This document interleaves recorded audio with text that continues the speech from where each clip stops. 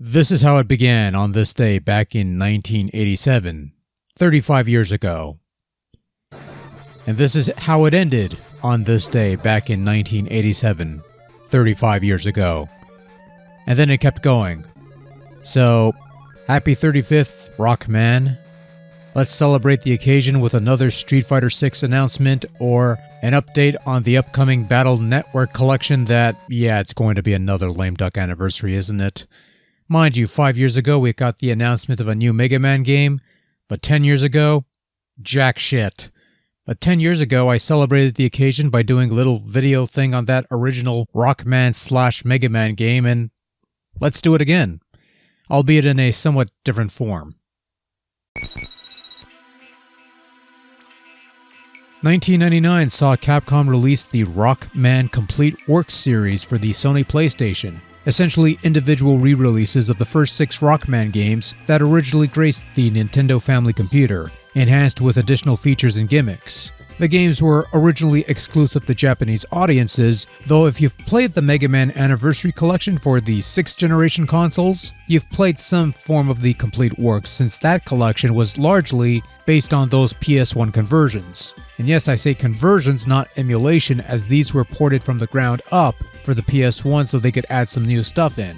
Eventually, Capcom would release the first 4 entries of the Complete Works onto the PlayStation Store's PS1 Classics lineup for PS3 and PSP, which is what I'm playing off of, hence the surprisingly HD footage.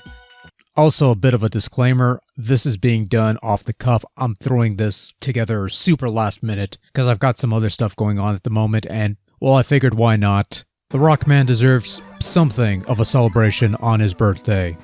And this is all I could come up with. What, you thought I was going to say the other thing?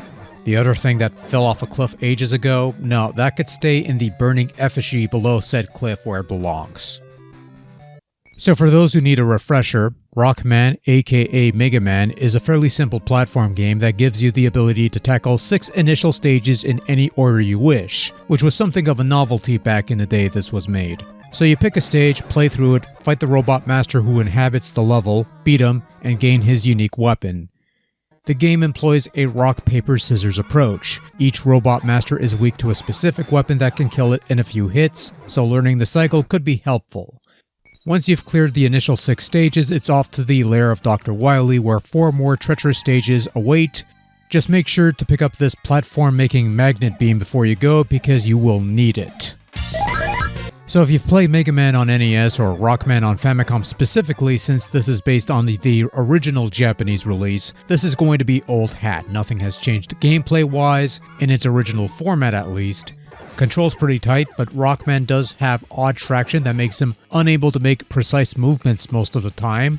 They didn't fix that here. Also, spikes will still kill you regardless of whether you're flashing or not. Iceman and Electman still hit hard, killing you in 3 hits if you're not careful. This is a generally tough game and lacks the polish of later sequels, but it's still a largely playable game and still worth checking out, especially if you're a Mega Man fan if you've never played this one before. So what makes this Complete Works edition special? Well, for one thing, there's a save feature that lets you save your progress, whereas before you had no such feature in the original 8-bit version. Complete Works lets you save up to 8 games as opposed to Anniversary Collection's 1 slot as well as Legacy Collection's 1 slot. Yeah, we've regressed in some places, haven't we? In the options, you have the ability to toggle difficulty, including an easy mode that removes some enemies and reduces the remainder's hit points, as well as an unlockable hard mode that just removes all the pickups from the game. You also have a speed setting that lets you play in either the standard game speed or a slow-mo speed that might be a useful tool for study, I guess, I suppose. I don't know why anyone would play this. This is dreadful. You can play the game in 2 formats, original mode, which is largely presented as it was originally, obviously, but there is also Navi mode, a slightly enhanced version that gives you a new health and weapons bar, a new weapons menu, and an additional menu where at certain points you'll receive advice from Dr. Light regarding the current challenge you're up against. Sometimes there will be a little beat arrow telling you where to go, just in case you get lost in Rockman's largely linear and straightforward 10 levels. This Navi mode was eventually brought over to the Mega Man Anniversary Collection and translated in English, which was nice. But since I'm playing the original Japanese release and I can't read a lick of kanji, I'm generally lost. Also, much to my surprise, Navi mode doesn't have the remixed music tracks. Instead, you have to hold the select button, I believe, while pressing start on the main menu to get the tracks to play. And even then, in the case of Rockman, only some tracks get remixes while others don't, and at least one track is replaced with an entirely different track because they didn't have the equivalent track in the Mega Man Power Battle Fighters games to rip from. So yeah, it's nothing to get excited over, but it's there for those who want it. And there's also a boss battle mode where you fight the robot masters in a time trial thing, and there's pocket station support for those who have that. I don't, because I'm playing this on a PS3 and it really wouldn't interest me all that much anyway, so. And there's a database of sorts that you could fill up as you play and stuff with artwork and bios and stuff. So when I reviewed the Mega Man Anniversary Collection years ago, I noted certain audio anomalies in regards to the overall sound, particularly in regards to the sound effects of Mega Man 1. And since we're talking about the first Rockman Complete Works entry of which the Anniversary Collection culled from, I might as well say it, whoever was working on the sound effects here dropped the ball because these sound awful. They're echoey, they're off-pitch, Mega Man's landing sounds absolutely atrocious. Just for comparison's sake, this is how Rockman is supposed to sound on the Famicom via the Legacy Collection.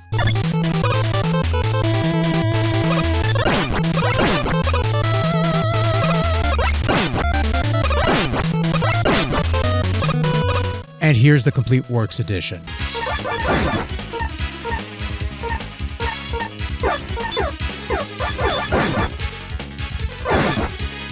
Yeah, I'm sorry, but that sounds like shit.